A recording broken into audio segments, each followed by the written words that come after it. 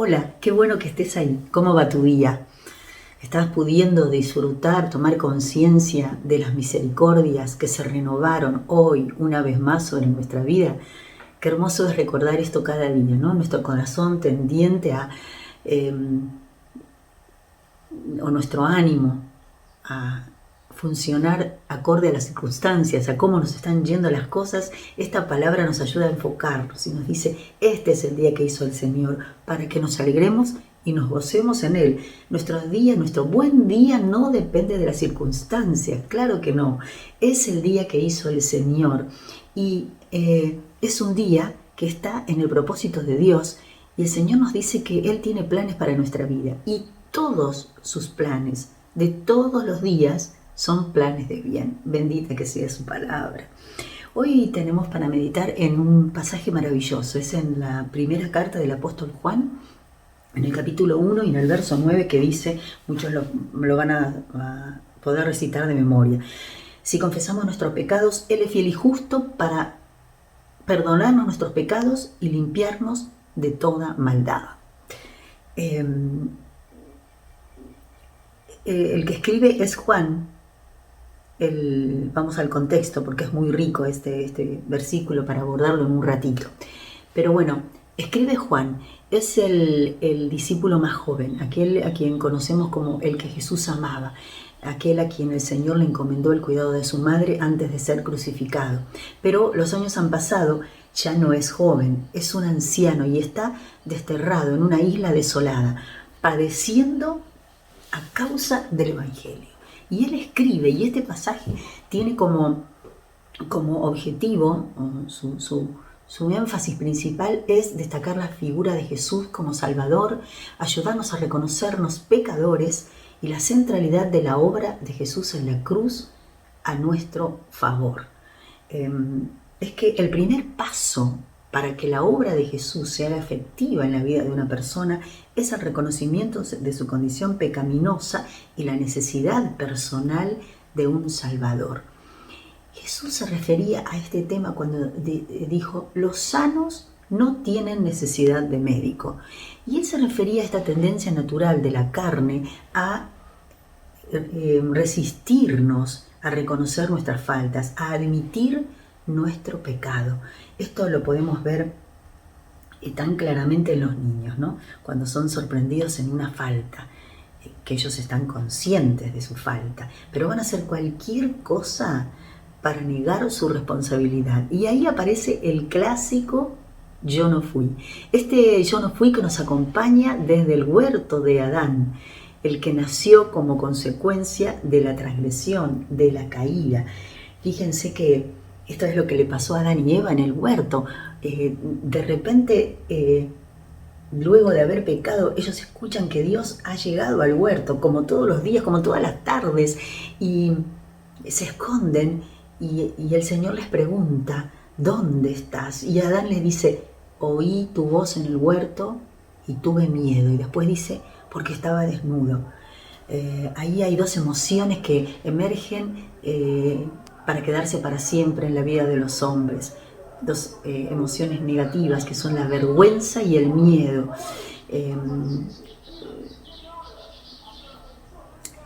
¿Y por qué tenemos esa tendencia entonces a negar nuestras faltas? Por esto, porque el pecado causa dolor, avergüenza. Pero lo que pasa es que si no hay pecado y si no hay pecadores, entonces la obra de Jesús no tiene sentido. Nuestras iniquidades son las que llevaron a Jesús a la cruz. Y miren lo que dice Tito 2:14. Dice, Jesús, quien se dio a sí mismo por nosotros para redimirnos de toda iniquidad y purificar para sí un pueblo para posesión suya, celoso de buenas obras. Y este es el evangelio que predicamos, el único evangelio, que Cristo Jesús vino al mundo para salvar a los pecadores, y que si confesamos nuestros pecados, alcanzaremos misericordia. Porque si decimos que no tenemos pecado, aporta Juan, nos engañamos a nosotros mismos y llamamos a Dios mentiroso. Y Él sigue diciendo, animándonos, y nos dice, pero si los reconocemos, si los confesamos, entonces Él, el fiel y justo, nuestro amado Señor, puede otorgarnos perdón y limpieza, porque Él es el santo, el único que puede limpiarnos de todo pecado. Y no tengan dudas, Él lo hará.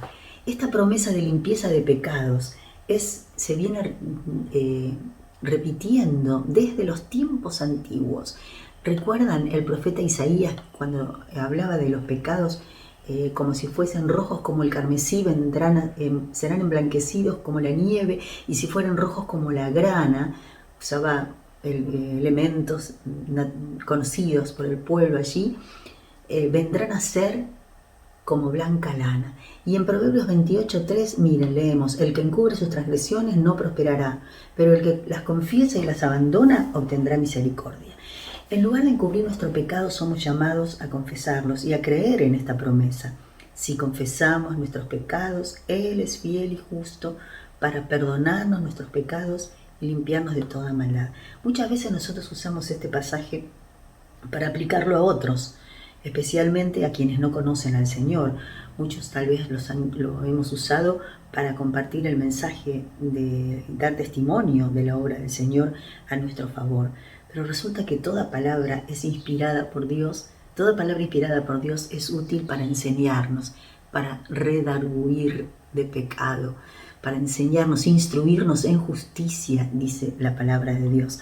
Y esta es una palabra con un condicional y una promesa que se revalida cada día, todos los días. Miren, en el capítulo 15 del Evangelio según Juan, Él nos refiere las palabras que oyó de boca del Señor Jesús de manera directa, cuando poco antes de ser crucificado, en uno de los pasajes más conmovedores de la Biblia, ¿no? Cuando el Señor abre su corazón con ellos antes de ser crucificado. Y miren, Él les dice, Él nos está exhortando sobre la necesidad de velar, de estar atentos. Nos presenta la vida cristiana como una lucha permanente, una batalla contra la carne.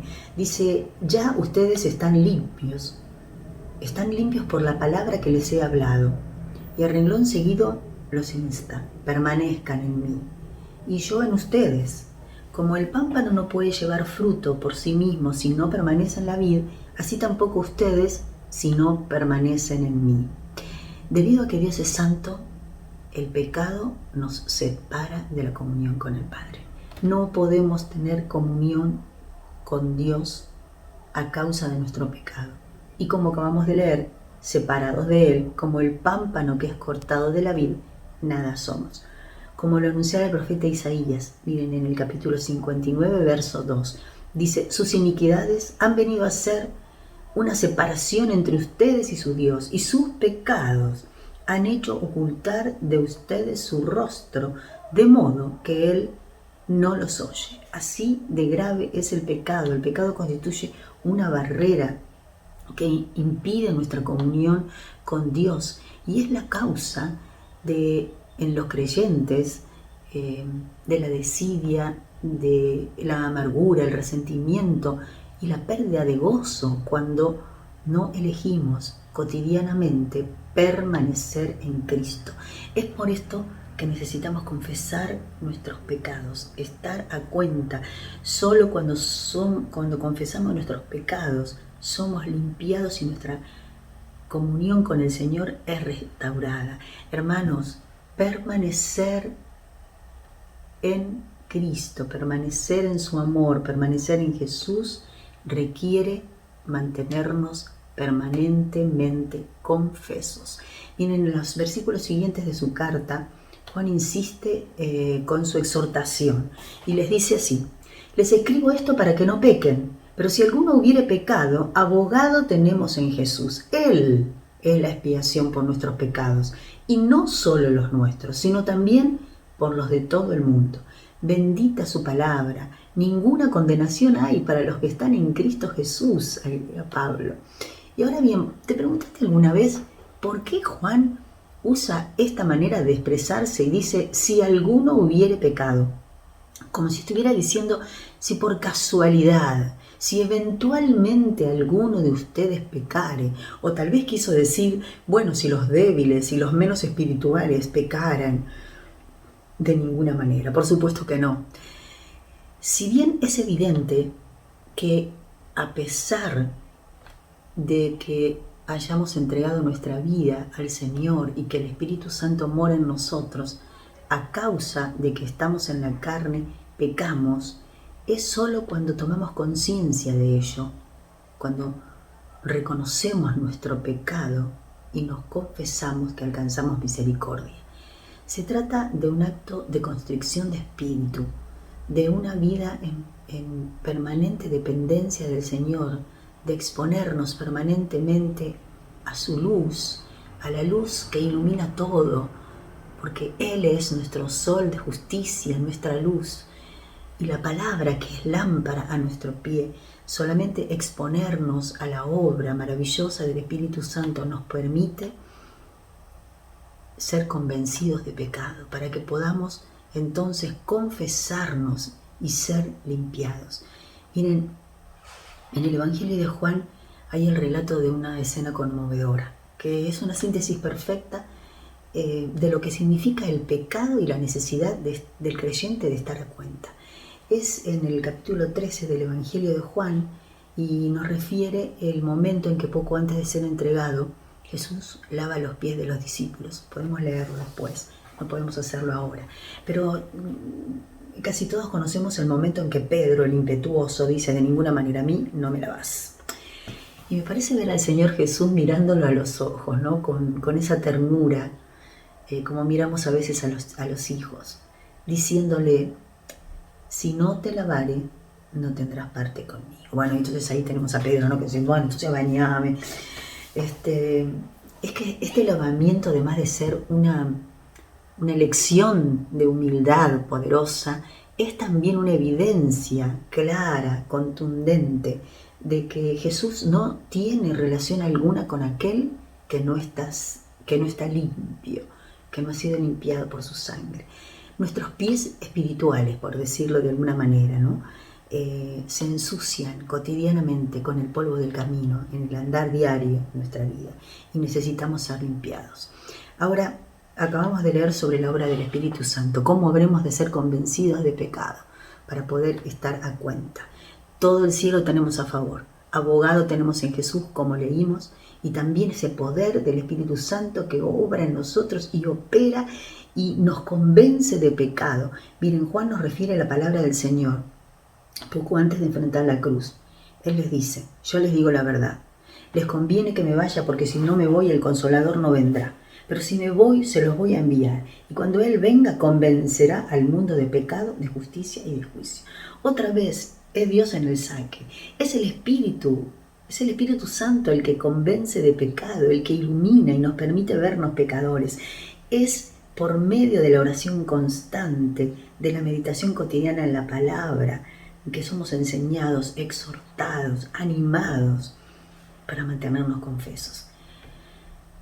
Podemos tomarnos un momento ahora, hacer un alto, pedirle al Señor que nos ayude a través del poder del Espíritu Santo para que podamos examinar el corazón, para acercarnos confiadamente al trono de la gracia, en la cual estamos seguros, porque es una promesa de que vamos a obtener oportuno socorro, vamos a alcanzar misericordia.